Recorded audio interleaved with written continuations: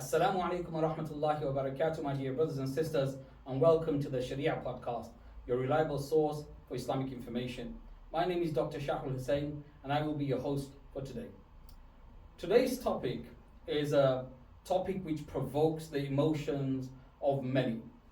And in my experience, there isn't a person who doesn't have an opinion about it. And dare I say that there are some people who, when you talk with them, seem to have some level of expertise in this field, although they haven't worked in this sector, not even for a day. So passion is high, emotion is high. Inshallah, what we want to do today is understand the truth behind this issue. We want to understand if at all it's possible, and we want to understand, more importantly, what Islam says about it. My brothers and sisters, I'm talking about the 100% donation policies some Islamic charities have. Joining me today to discuss this topic is Dr. Hani Al-Banna and Brother Nasir Rafiq. Dr. Hani Al-Banna needs little to no introduction. He is an activist and he is a pillar of the British Muslim community. And if you're of a certain age, it's almost impossible for you to not have heard of him. Dr. Hani Al-Banna is a physician by profession, and he sacrificed his medical career to serve and be dedicated to the needs of the poor. He is the co-founder of Islamic Relief, a world-class institution and the largest Western-based Islamic relief, humanitarian relief agency. Brother Nasir Rafiq is a managing partner of Dua Governance. He's an accountant, a chartered accountant, and he has many years experience in working for multiple firms and some of the top accountancy firms, both nationally as well as internationally. He's an expert in financial governance, and in particular he has expertise or experience in working for Islamic charities of different sizes. Now, before we start the discussion, I want to set the context and also make a disclaimer. My disclaimer is this, that I personally don't want to mention any names of any charities, and I don't want to censor my guests. So if they want to mention any names, that's entirely up to them. I'm not going to censor them. I want to make a disclaimer that this is not a criticism or an attack on any charity, because I sincerely believe that all these charities do a wonderful job and they benefit millions of people around the globe. So that's my disclaimer. Perhaps let's put a context behind this topic. So this topic goes back several months now. In fact, I've been working on this for 3 years now. And it started off when I was watching a Islam channel where they were raising money. They were doing a fundraiser. And in that fundraiser, there was somebody who phoned in, and this person used to constantly harass the fundraisers about their policy, about their donation policy. And I remember in that particular show, that particular appeal, the fundraiser got really upset and some harsh words were exchanged. So this prompted me to think, well, how does this policy really work? And an academic research started from that day on. And I've been working on it for 3 years or so. I've tried my best to collect data, because research is all about data and how we analyze the data and how we present the data. The collection of the information was not easy. I wrote to many charities. I exhausted all possible avenues of communication with them, and I didn't get a response. My phone calls were met with hostility, and my letters were ignored. It's only when I raised it as an official complaint, that's when one organization instructed the person in charge of accounts to respond to my queries, and I've only managed to collect the data of only one organization out of all the charities who claim to have the 100% donation policy. So that's the context behind this. Let's start, inshallah. Dr. Hani, who is no stranger to the humanitarian relief work, my question to you, is it possible, straight to the point, is it possible to deliver millions of pounds of donations without incurring any admin cost? So, alhamdulillah, wa sallallahu alaihi wasallam, there's nothing in this life called 0% admin cost. Okay. Unless you get an income from a different source and you have to claim it to say that actually you are saving the 100%. For me, it is a fundraising tool. Okay.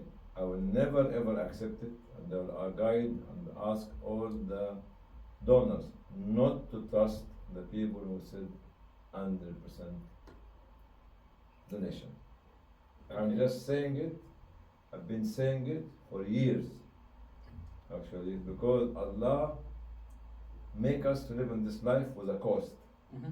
Even in the zakat, there's one category Yes. called al-amilin alayha. Even zakat, you cannot claim it for fundraising purposes. That's 100% zakat donation. Allah said so. Who are you? Say something different. Because zakat as an institution has to be built. Who's going to collect the data? Who's going to identify the people? And who's going to actually distribute? You have to pay for them. If you have a different source, claim it. But for the donors, I'm just giving the message to the donor, keep questioning anyone who said 0% admin cost, generally, or zakat, 0% admin cost, and tell them how you cover the admin of this. If they tell you it's only the gift aid, tell him gift aid is a donation. It's not actually Okay. something that actually disclaim that actually that it is 0%. Even gift aid, you have to claim that it's gift aid and this is actually a donation of the donor. So you need to educate the donor. Maybe Brother Nasser will tell you how to educate the donor. Okay, so I think that's some really good points. Now, Brother Nasir, let me read to you what Susan H says. And if you Google Susan H, you'll know who she is. So she's a very, very good academic and well-grounded in terms of research, and she really knows what she's talking about. So this is quoting from her. She says, "I'm often worried if a charity claims very low admin cost, either they're fudging it to try to please a funder, or the admin is really rock bottom." Now, we can talk about the sources and some things that Dr. Hania has said about, well, how do they cover it? We can touch that. But from your professional opinion, okay, you're in the accountancy business in the world, is it possible? Is it possible for them to do it? Because Susan Hitch doesn't seem to think it, and Dr. Hani doesn't seem to think it's possible. So your views? Yeah, I think I totally agree with Dr. Hani. 100% donation is a marketing ploy to attract donations. Charities that basically say 100 donations, 100% donations, what they're trying to say is that any admin costs we're funding it from somewhere else. Now that could mean your admin cost is higher than another charity, because the funding sources of that admin costs are hiding those admin costs. So technically, you could be on the wrong side of admin costs if you're 100% donation as well. Another issue is with 100% donation, because it's a very simple slogan, but the application of it is very, very complex. Now, we are blessed to be in United Kingdom. The Charity Commission that we have is one of the most advanced regulators in the world. The charity accounting that we have in UK is one of the most advanced and developed. And there's one aspect of it being advanced is because of the audit regime. Right. Because I deal with auditors in Europe and African countries, the quality audit in UK is can't be matched globally. Right. So we've got like good accounting rules, and we've got a really robust auditing regime as well. Right. Now, as somebody who's an auditor and as an accountant, I always apply my accountant and audit hat on 100% donation.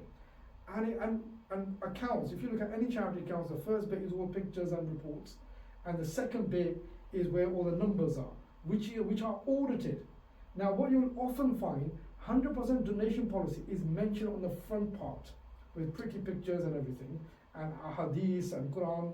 But on the second part, where the numbers are, there's no 100% donation policy there. Right. So it's not audited. So it's something that's outside the scope, and the auditors, they focus all on numbers. As long as the numbers tie up. Now, I recently had a meeting with the fundraising regulator on this very issue, and I raised it as a complaint to them, and I gave them my kind of peace of mind why I thought this could be misleading to donors, and they've agreed to pick it up. But because it's a lot of the charities that use 100% donation, they kind of strangely use religion to justify it. Whereas religion can't be reduced to justify it, because as Dr. Hani mentioned, and they seem to be defensive. Oh, this is a hot potato. Should we be touching this or not? Okay. So that's how I see this.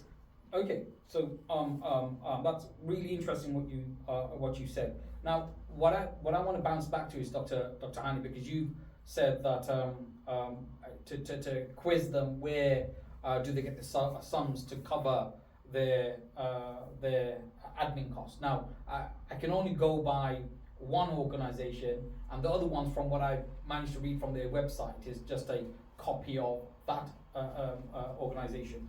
Now, number one, they said they have a separate account that is only used for admin costs. So they have 4 sources of this to cover admin costs.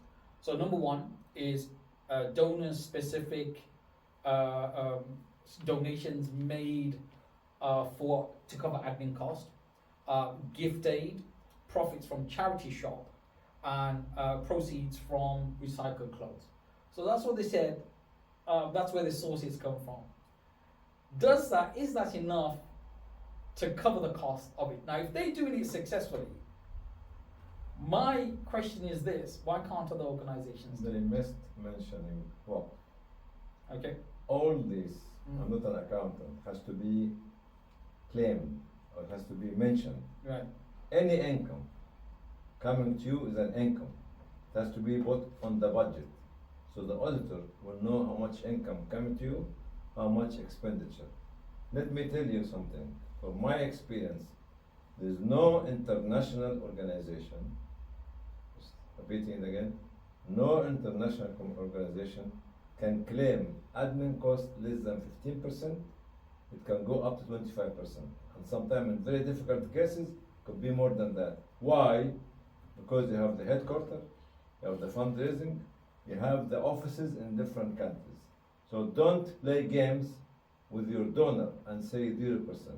If you can cover this 15 or 25% or 30% administration, please tell me where you get it from and put it in your account. In figures, in numbers, as an income. In kind donation, maybe Brother Nasser will say that. Even the local organizations, nothing called 0% admin cost. It goes from 5% to the national level of 15%. Come and challenge me. I'm just telling you, face to face. Come and challenge me, say no. If you say no, give me the figures, give me the numbers, give me the history, give me where the source is coming from. And any in-kind donation like this, what do you call this? Cup. This is an in-kind donation. Yes. Come to you. You have to claim it. Why you value the in-kind donation of medicine in millions, but you don't put it as an income inside their account? When people receive medicine, medical material, and other things from companies, they said they add it into the income, but they don't add it in the figures, unfortunately.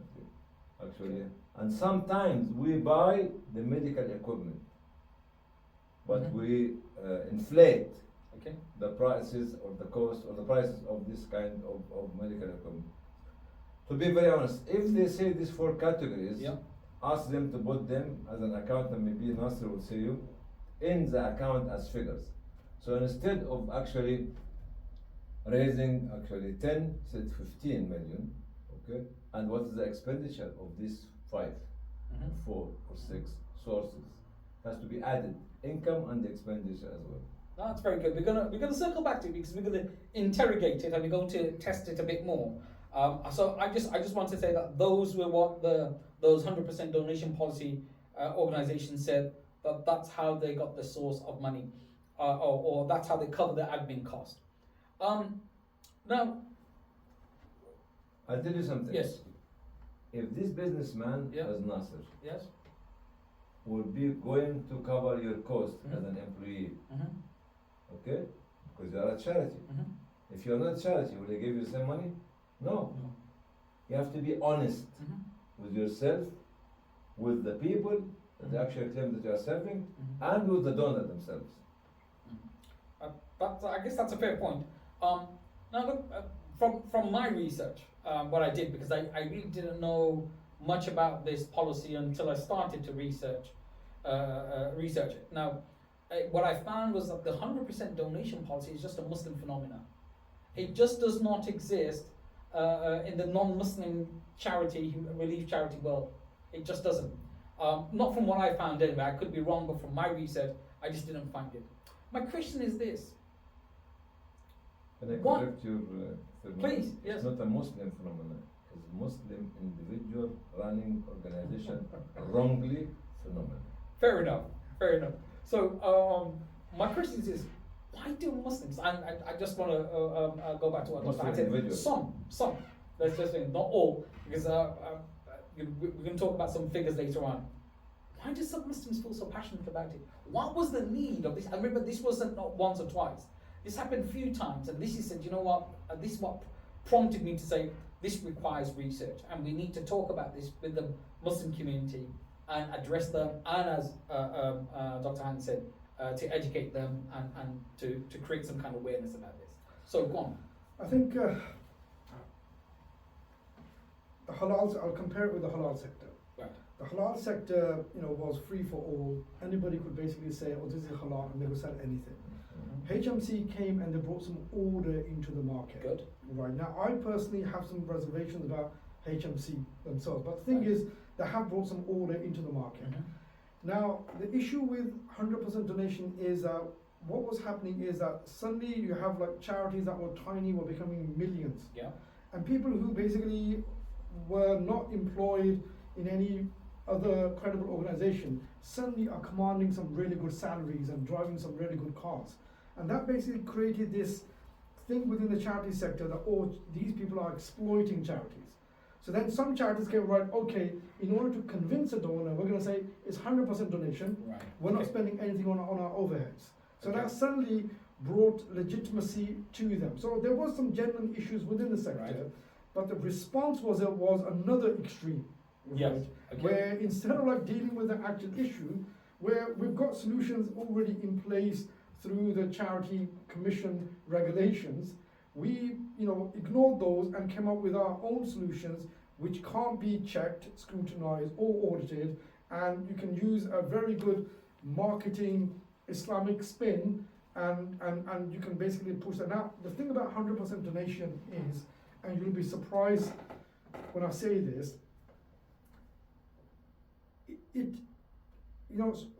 it can be applied in a certain charity model. Okay. By stretching it, it can be applied. Okay. Right. But the thing is, right, those charities are very, very unique. Right. Like for example, there's another. Elaborate on that. Yeah. How would that work? Now the way that works is that what is admin costs? That's what we're just talking about, the bank account. Now, if you're using a bank account, right, what cost are you putting in that bank account? And what cost income are you putting in that bank account? Okay. Now you're your own master now. You can put whatever cost in that bank account and you can cover it from whatever income. Everything else in your mind you can say, oh, this is now 100% donation.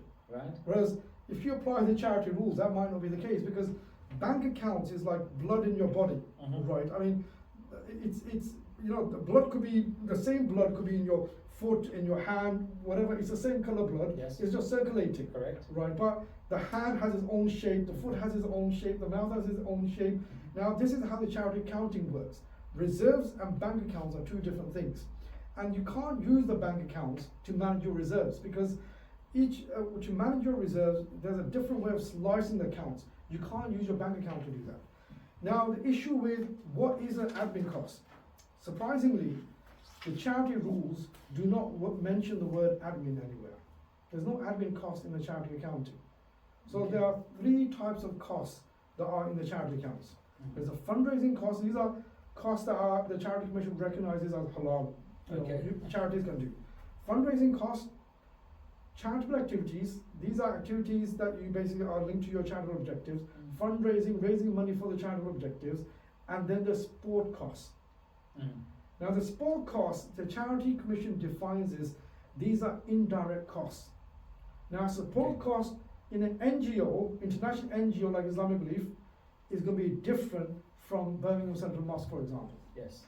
Now, if you think about it, as Dr. Hani said, facility cost is not something Islamic Relief was set up to do. It was to raise money and to spend money, but we need facility cost to house our offices Mhm. and for investment purposes as well. So in Islamic Relief, facility cost is seen as charitable, as a sport cost. But in Central Mosque, it's all about facility, because Yes. that's where the worship happens. Correct. So the facility cost is actually charitable activity. Mhm. Now the problem is that the charity accounting is complex for this reason, and this is why marketing becomes that go-to area where you can start exploiting that complexity to make it easier for the donors. Because there's no, I think Islamic Relief, I'll mention Islamic Relief because I always use Islamic Relief as a good practice from the accounts point of view. And the reason why I say this is not because I was the finance director there, it's because Islamic Relief is one of the few charities in the Muslim sector that has won awards from the Institute of Chartered Accountants for having the best accounts. Right. So I always use them as, and they've got a big finance department, they've got resources where they can have good accounting there. They basically, when I was there, we made this effort onto how to simplify it for the donors. But the problem is that Islamic Relief, compared to any other charity, is a very unique charity, Right. where the business model is not like any other model. Mhm. So although Islamic Relief is based in UK, major chunk of their income comes from abroad, right? And it comes from institutional grants. So when you use their ratios, no other charity can use their ratios as a comparison. So it becomes a bit difficult on explaining the ratios on this. Now coming back to the ratios, what is an admin cost? Is it cost of fundraising? Is it the sport cost? Is that sport cost just in charitable activities? Or is it total sport cost? Now the charity accounts requires you to disclose your total sport cost. Okay. Sport cost in cost of fundraising, sport cost in your charitable activities as well. So if you look at your accounts, you've got fundraising, you've got charitable activities, you slice this bit, this is indirect bit. Mhm. And you have to disclose this separately in your accounts. Right. Now, when you do it like this, how can you demonstrate 100% donation? You can't. Okay. It just doesn't work. Okay. Right. So and now another thing is, what does 100% of, okay, I've given you £100 Right. and I spend that on orphans. That's 100% donation. That's it. But what about the money that I spent raising that £100? Where did that go? Now, where did that come I from? mean, from the response that I got in communication with at least one organisation who responded to me, they said if you give £100, that £100 goes to that charitable cause, whatever you've designated for. Nothing is deducted for administration cost. That's what they claim happens, and that's their policy, and that's their ethos. But where did you get the money from to raise that £100? You see? So they would Suddenly say, you're stuck. I get it, but what they would say is that whatever cost it was required to raise that £100, that came from a different source. And the source is the four that I mentioned. How much Mhm. is the different source giving you to get the £100? Right. £10? No, let's go into the figures. Let's go into the figures. Now, brother is telling you the $100 goes, or the £100 goes to the orphan. Yes. But actually, different source. How much you give you? £10, £20 is 20%. It's not disclosed there. Disclosure is what we need to educate Okay. the donors. The simple man in the street who look at my logo as Islamic or religious, whatever, they say, yes, Jazakumullah khair, go and give. You have to question those people. And the accountant like you, brother Nasser, you have to keep educating Mhm. people how to educate the public. Public has to be educated. If I tell you, if I want to educate the public, Mhm. where I get the money from? Tell me, look at me. Well, I've been in this business for more than 40 years. now. Correct. I've seen all of them, the 0, the 100. And by the way, I have a fatwa from one of the great scholars, may Allah bless his soul. He said, honey, if you have to spend 50% to get the 50% to dying people, spend it. In the case of the airdrop in Mosul and in South Sudan, it goes to 70%. Wow. Because the cost of the That is plane more. carrying 20 or 30 tons or 40 tons is more than the cost of the materials themselves. Don't fool yourselves. And actually, if you go to Afghanistan, we used to send trucks, then mule, the mountains, the cost of the mule, the cost of the trucks, the cost of everything. Who's going to pay for it? Who's going to pay for it? So don't actually, please, come and play games with accountants who know the sector, or somebody like me started from 0. Okay, I think that's some very good points. So let's just look at some figures now. Okay, and this is, I'm talking about the organisation that actually responded to me, and I asked them some questions. It's quite simple questions. Okay, what are your admin costs? Okay, for this year, that year. So I'm just going to look at the year 2018. Okay, because remember my research is going quite back. So 2018, I'm looking at, and they said that their administration cost was £2.2 million. And in that year, they generated for a fundraise, shall I say, £30 million, just slightly more than £30 million. Now, I asked them how many employees do you have, and they said 76 employees. So I just quickly did some figures. I'm just laughing. They're giving us the figures. Okay. Yeah. So I kind of did some figures and put them in the calculator, and it came to roughly about £28,000 per staff member, right? So that's if 76.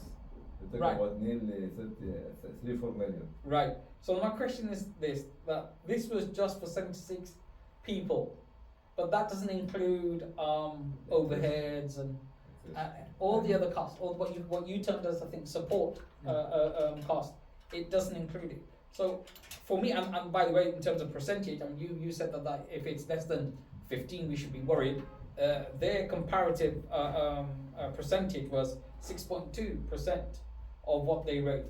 So my question, I guess, is this: do the numbers stack up for you? I think Because Dr. Hani giggled. You. Yeah, I think when COVID started, I carried out a study Okay. of 20 Muslim charities, and I compared them against each other. And the reason why I did that study was to assess the financial sustainability of the charities, because when COVID came, everybody was saying the charities will go down under. So I wanted to look at the financial health of the Muslim charity sector. Right. And in that, I then came up with some ratios that basically are standard among all charities. If you're raising if you're a charity that's raising money from the public, that you're using internet, Facebook, Yes. you're using social media, you're on the website, and you're organizing events, right? And you're inviting expensive, all these nasheed artists, right? Then your cost of fundraising is going to be above 25% of income that you raise. Okay. So 25%, and some charities will go up to 35% in one particular year because they did something big in that year and the income came in the other year. So there may be times, but the average, I would say, 20% is something, 25% what I would look for. Now, a sensible Muslim charity that basically knows what it's doing will always keep 50% of the money in UK and spend 50% of the money on charitable activity as a minimum, if not more. There are some charities that go up to 60-70% because you have to keep money in your reserves. Sport costs. Now the sport cost, which slices through fundraising costs and charitable activities, Islamic Relief is around about I think we got it to about 4 or 5%, but that's because the Islamic Relief's income is 100 million, so it's too big. Whereas for me, it's too. More than 20. Yeah, when I did accounts, it was when I was there, it was about 130 million. Okay. So that 4% was 4%. Now the thing is, 4% is not realistic or achievable. I think it's only unique to Islamic Relief. Whereas other charities, I would say that it can go up to 10 to 15%. So that's, Yeah, if yeah. it's above that, then I'm concerned. But it can stay around that, if Okay. 7% is something that I see often when I prepare accounts, right? But it can go up to 10-15% depending on your business model. If Right. you're a charity that says, right, okay, we're going to hire the most expensive staff, we're going to operate in the most expensive fundraising areas, we're going to be in a situation in an expensive building because that attracts us a certain type of donor, then obviously your support costs will go up because that's the price you pay. So these are the ratios that I would say are genuine ratios. Any ratio that's basically out of this, there needs to be an explanation why. Mm. And this is what I'm trying to do in the Muslim sector, where if you're preparing your accounts, or the trustees, I'm actually writing a book on this, where the trustees can use that book and say, right, okay, what are our ratios? And compare it with the sector average.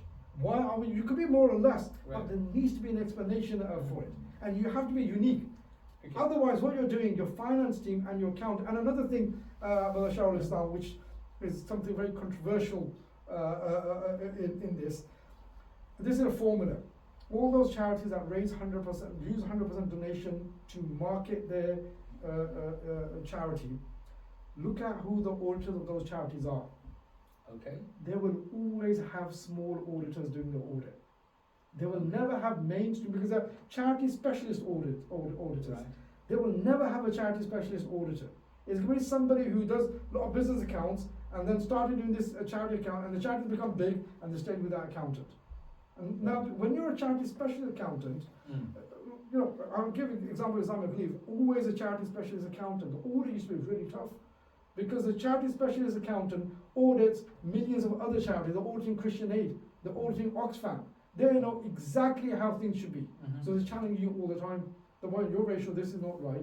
Actually, at one point, the auditors raised this with myself that we're concerned. You don't have enough fraud in your charity. I'm like, what do you mean we don't have enough fraud in charity? Okay. It goes in every other charity, we have a certain level of fraud. Yes. In Islamic Relief, we don't have that level of fraud. It's because you don't have systems in place to pick up fraud. Because there's always an element of fraud happening. Right. Your systems may be weak. It's not the case that we should be having fraud and we're not having fraud, and we Yeah. should encourage having fraud. It may be that your systems are not good enough. Right. That's the level of scrutiny that we were placed under. Now, the Muslim sector has some protections from Allah subhanahu wa ta'ala, right, which is no doubt in place compared to the mainstream sector. And I'll give you an example. When Oxfam had the sex scandal, right, Islamic Relief was part of DFID at that time, and DFID, was under, all charities were under scrutiny. So we had to do a self-audit, going through everything, and what we found that we did not have those issues that other charities had, because other charities had alcohol all the time, and that was fueling some of these behavior. Whereas for us, we were protected. So again, being a Muslim charity, sometimes when you're recruiting people, they're coming for religious reasons as well. So that's not the only protection you should have, but sometimes the fear of God saves you as well, right? Which other charities sometimes are not saved. But that doesn't mean, you've got meat there and you leave the cat next to the meat, right? The cat's going to eat the meat. So you need to have the systems in place for that. Okay, so alhamdulillah, I think a bit of a consensus amongst our guests that the 100% donation policy doesn't really stack up. And to be fair as well, I mean, one thing that really alarmed me, and I didn't expect this, when I was requesting information, the resistance I received was something that really alarmed me. And then the way the information was shared was very, very sparring. So I think that was a cause for concern. But again, I honestly, I'm not questioning the sincerity of these people and the genuineness of these people. I just don't know, and I'm going to be reserved in my comment about it. But the evidence does speak for itself. That for me, at least, the figures are just not adding up. It's just not stacking up. The level of income that's coming to cover admin costs does not seem to stack up to the actual running cost. And Allah knows best. And I met many of these brothers from these organizations, and I believe them to be sincere.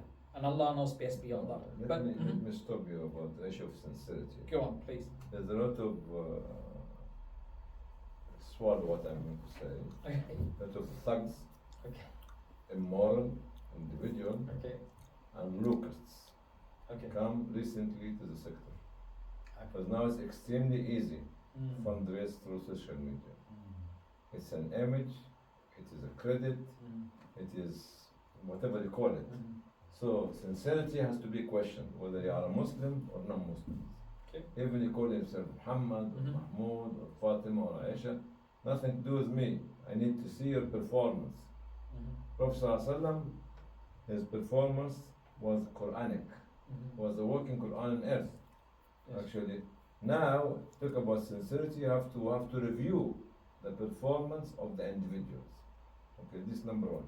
Number two, for this kind of sincerity as well, nobody is above the board or above board. You know why? Mhm. Because the money you are dealing with Mhm. is not your money. Mhm. It's not your family money. Even it's not your jama'at money. Mhm. It's not your organization money. It's public money. Mhm. Treat this money like Umar was treating the zakat money in the good old days. Mhm. Treat it as Umar and Abu Bakr were treated. If you want to call yourself a Muslim charity, Islamic charity, go back to Umar, Mhm. go back to Abu Bakr, go back to Ali, go back to Muhammad. They were so scared Mhm. to touch the public money. And this is it. This number one. Number two is not only the public money, it is the poor man's money. And here the message, brother Nasser. This money spent on yourself belongs to whom? To the orphan. How is the life of the orphan, and how is the life of the officer who is supposed to be the servant of the orphan? Exactly. The one who is paying our salary, Mhm. they're your donor because you are an educator. Yeah. The one who is paying your salary is the orphan, is the widow, is the displaced, is the refugee, is not even the donor. The donor is just trusting you, giving you the money. But you have to look at your condition here in UK, your condition in London or Birmingham or in Italy or any part of the world, and the condition of the one who is the real employer of you. It's not Nasser Rafiq because he is the chairman, your employer. It's not Hanil Banna because he is the director. It is this little miserably looking child in the middle of Africa or Syria or Gaza, Palestine, paying our salaries. Be careful of those kind of miserably looking individual who speaks very nicely, Mhm. could be extremely excellent on social media Mhm. and fool people and get the money. In the good old days, Brother Nasser Rafiq, when we used to raise £100, we used to make party. Hey, alhamdulillah. Now it is the millions. Mm. But the money at that time has a value. The money nowadays does not have value. Mm. And here you have to actually keep educating the public of questioning how much they give the influencer when they come here. Huge amounts. In the good old days, in my time, I refused to give a percentage. So this influencer, whatever it is, if he's working for us, give him a good salary and that's it. No percentage. People would like to look for percentage, go somewhere else. Mhm. Not, and this was started Mm. 30 years or 35 years, 25 years ago. Mm. So this kind of things is to be a long-term educational process Mhm. to the public. Don't just give money without asking, Yeah. without questioning. Right. Yeah. Some sound advice there. Let me share with you some. As I said, I wanted to engage with the community and understand their attitude and their sentiments towards this 100% donation policy. So I sent out a questionnaire, a very simple one. Had 4 or 5 questions on it. It's quite simple, and most of them yes or no. So I hope that the response to those questions would be better. So I had a massive response to this questionnaire, and one of the questions is, do you believe that it is sinful, either haram or makruh, okay, for a portion of charity money to be used for charitable purposes? Now, 33.9% said yes, they believed it to be makruh or haram, which is quite concerning. Okay, and then you have 66.1% say no, they don't believe it's makruh or haram. And I have to say, from all the organizations that I managed to understand, I think only one, apart from one, the rest of them don't believe it's a religious thing. Say it again because it could be confusing. So 6% said what?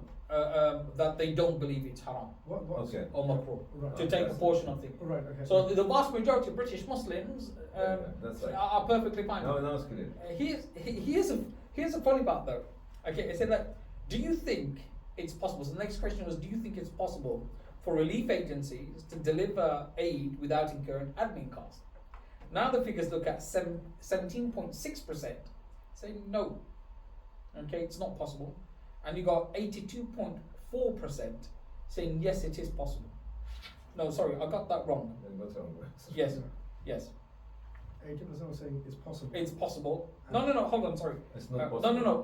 Let me just say the figures again. Sorry to the viewers as well. So 17.6% said it is possible for them to deliver aid without. But the vast majority say it's not possible. So that's 82.4% say it's not possible. But when you say the makruh and haram part, that's where the kind of coloration doesn't kind of stack up. But you can see kind of with the attitude of the Muslims, how they feel towards it, and the 100% donation policy. And from my discussion with some of them, some of the questions that they asked was wages. So That came up so many times. Are the wages too high? So my question. I'm going to ask Dr. Hani this. Are the questions, are the wages too high? So I looked at the wages of 20 large Muslim charities, and the average that I found was, like 11 to 12% of income was being spent on wages. These are international NGOs, Right. whereas in another type of charity, the ratio may be different. Now, if you look at the amount of people, because in the charity accounts you have to disclose all the people that are above £60,000. Oh, okay. Now, in the Muslim charities, there were hardly many. Okay. Right. Whereas I compared the Muslim 20 charity with 5 non-Muslim charities, there were loads above £60,000. But here's a catch here. Yeah. In the Muslim charities, many people are employed as consultants. They're not on the Right. payroll, so they get away with disclosing themselves in that disclosure.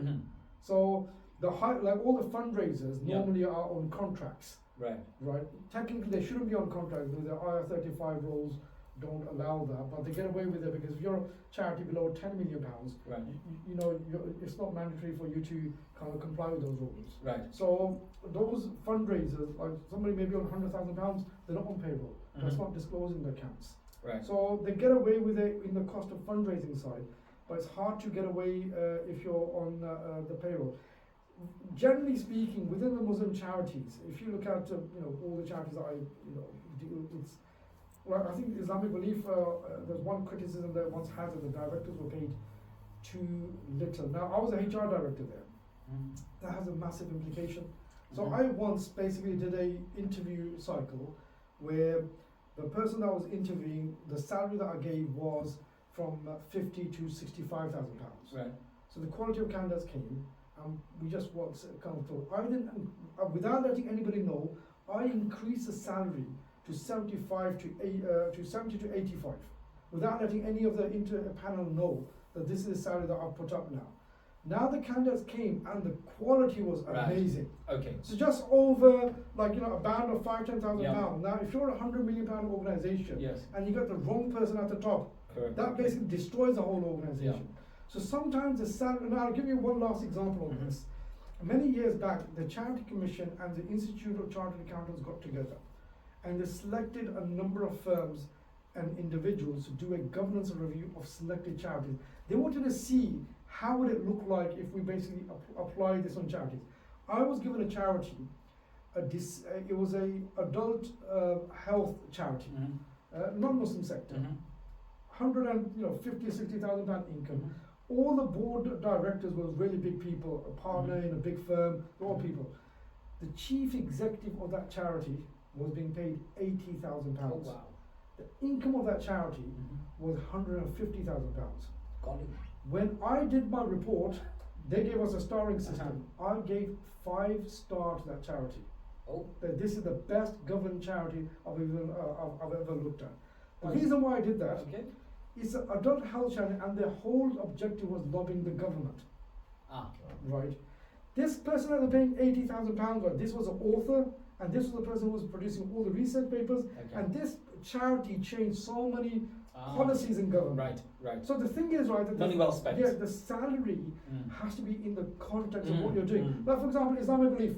If you say Islamic Relief, £200 million charity, and you put somebody there who's not capable because you can get somebody cheap, what's Yeah. going to happen? You've You've entrusted £200 million Yeah. to somebody with Yeah. so little experience, Yeah, and it's going to cause a disaster. that's very good. Just briefly, would you like to add anything to that, Dr. Hani? Do you think the wages are too high in the Muslim charity sector? No, it's below the average. Okay, that's correct. Below the average. Okay, so I think a lot of people not from discussing. But actually, Mhm. as Nasser said, somebody getting more than one, very few organizations, Mhm, without mentioning the names, mhm. getting the salaries from different, supporting themselves as consultants. Actually, some members of the family as consultants and paying them. Yeah. Actually, and this actually we know them, unfortunately. Yeah. And this is what I said maybe 5-10 minutes ago. We have been infested by a lot of thugs. I'm seriously, it's not a joke. Mhm. If you want to meet me, see me around, or I see you around. Okay? I don't know.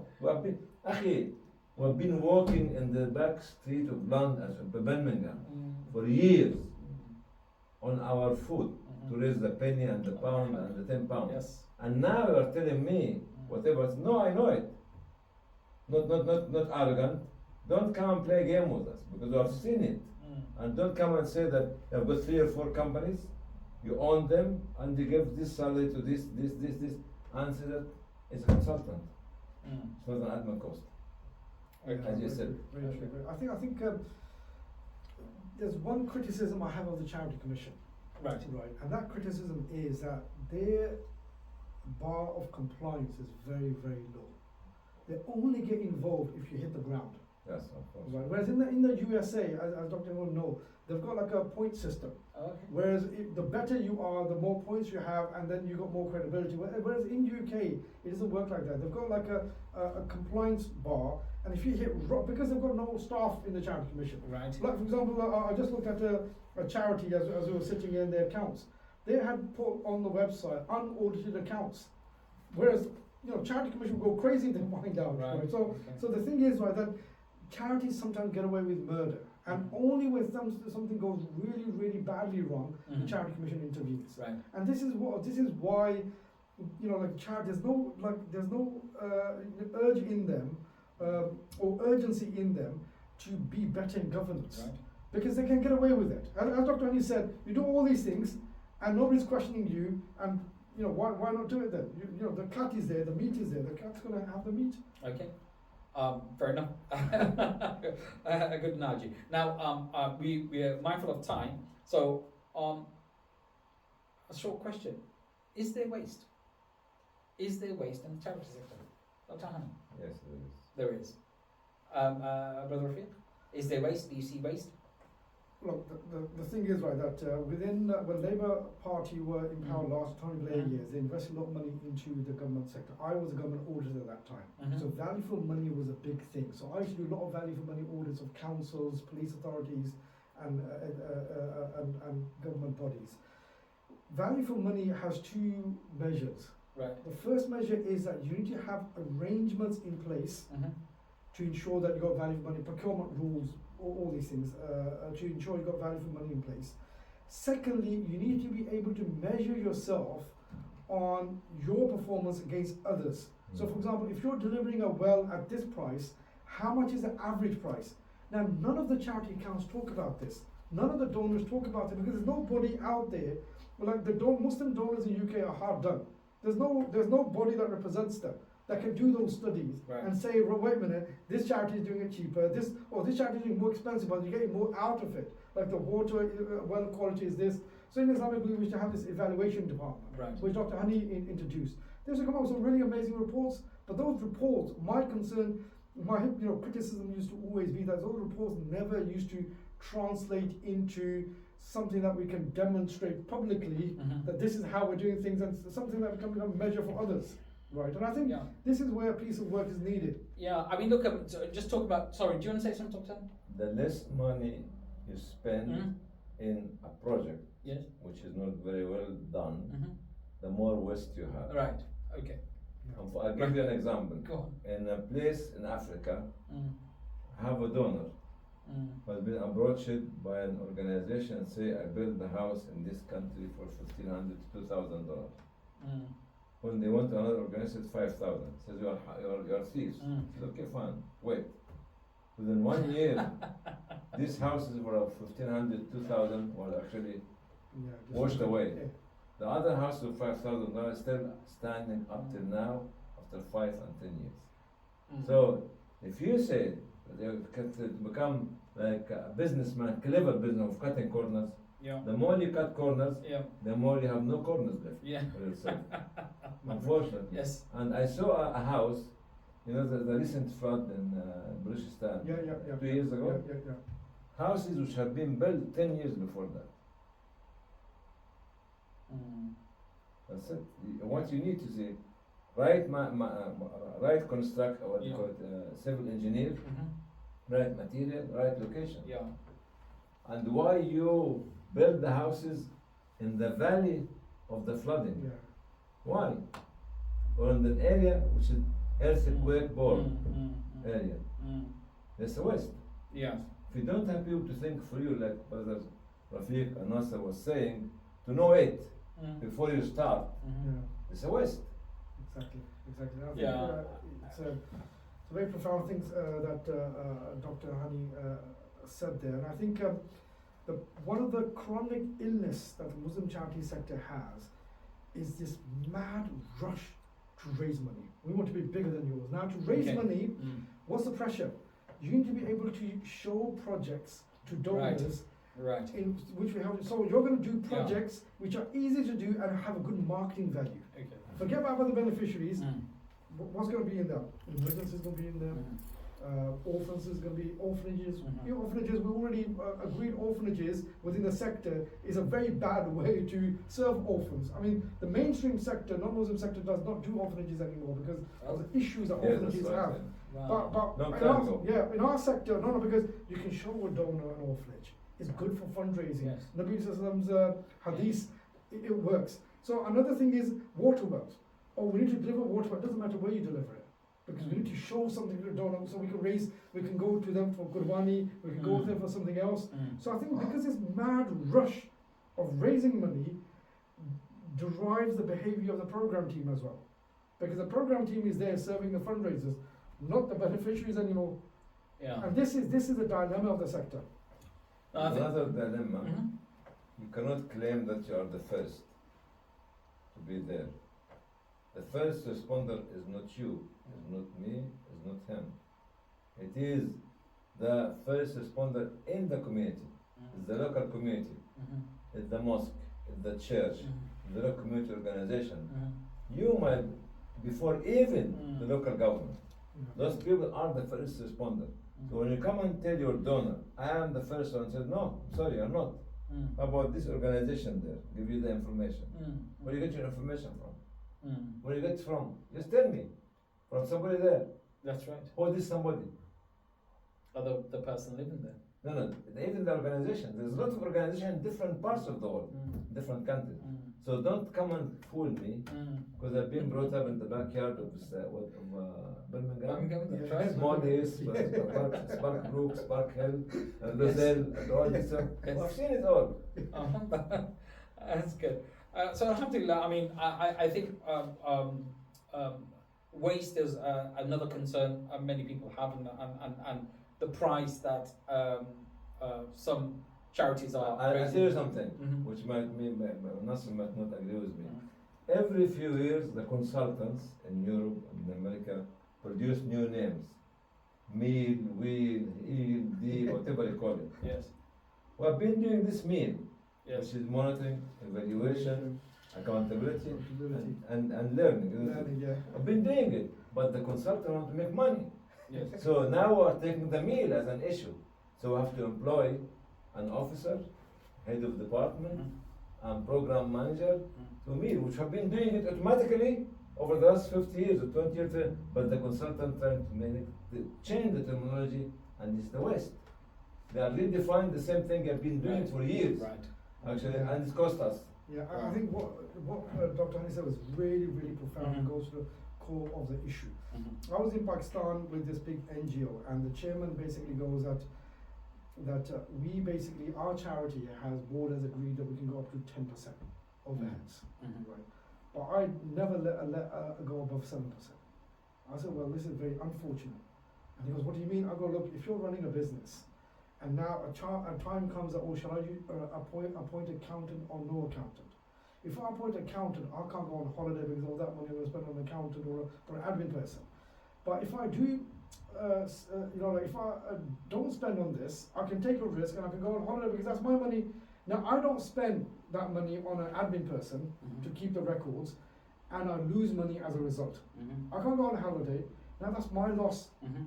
But brother, the money that's given to you, as Dr. Ali said, is not your money. It's somebody Mhm. else's money. Mhm. It's not your choice to Mhm. decide not to have an admin person, Yeah. because you have to be accountable to the donor. Correct. So you have to make sure that that money is saved. Okay. So if that means that you have to go up to 10% Yeah. to ensure that you got the right system in Mm. place, Mm. then that's mandatory on you. Okay. It's not something that you can. It's not for you to compromise.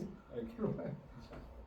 Well, Jazakumullah khairan for both of your contribution. I think there was a bit of a consensus that 100% donation policy needs further interrogation, and whether or not it is actually feasible is still a question to be answered.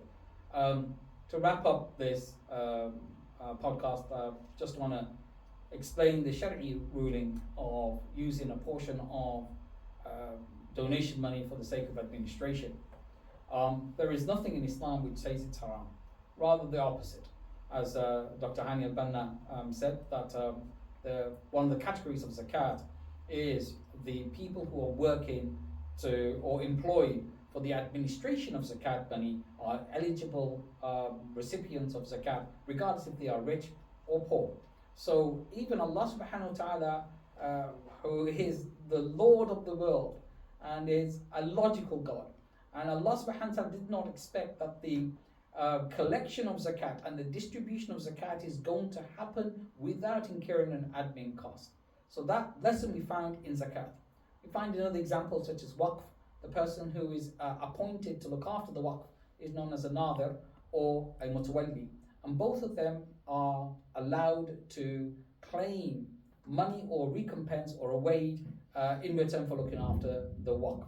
So in Islam, the concept of sadaqah, and this is my appeal to the viewers, that let's try to understand sadaqah. Sadaqah is something that we give for the sake of Allah subhanahu wa ta'ala.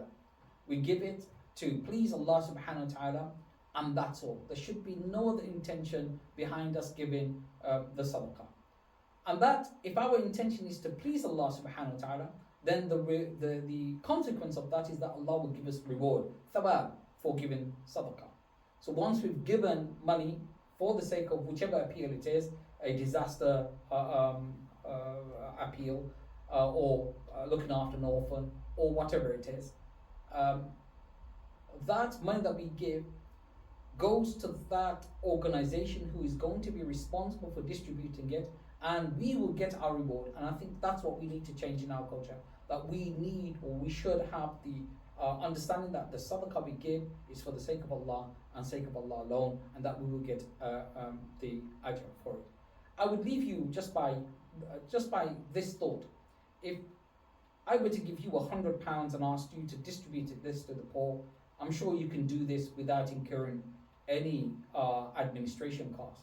But if I were to give you £100,000 and say I want you to take this £100,000 and deliver this as food packs to parcels to the poor, I think you'll struggle to do that without incurring some sort of administration cost. Can I come to this Absolutely. before you close? Yes. Even the £100 Okay. costs you money. Okay. Let me tell you. Mhm. Now I am the donor. Mm-hmm. I know that the man in the next street or next area needs this £100. I will take my car or I walk. My time, the petrol, the maintenance of the car. What you're talking about? Yeah, true. Even if you invite people to your house, Mm-hmm. actually, for a meal, you don't calculate Mm-hmm. the time of your wife cooking, cleaning the kitchen, Mm-hmm.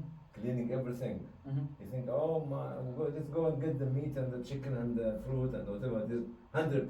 About this woman who's staying in the kitchen for about 6 or 7 hours. Mm-hmm. How about you going out to Mm-hmm. do the shopping? You and your wife, Mm-hmm. who's paying it? Mm-hmm. You got it? The £100 is worth about £5 or £10. Even you going up, even if you walk it, Mm-hmm. your time is Well, an admin cost. Some wise words from Dr. Hani. And just before we do end it, I just want to point out the last and final remark that the donation, specific donations that are made, the gift aid, profits from charity shop, and the proceeds from recycled clothes are all sadaqah. They are all donations. So for you to say that there's that no money is taken out for administration process seems to be in conflict with the whole concept of sadaqah. Because whatever you give fi sabilillah is sadaqah. My dear brothers and sisters, I thank you for watching, and until next time,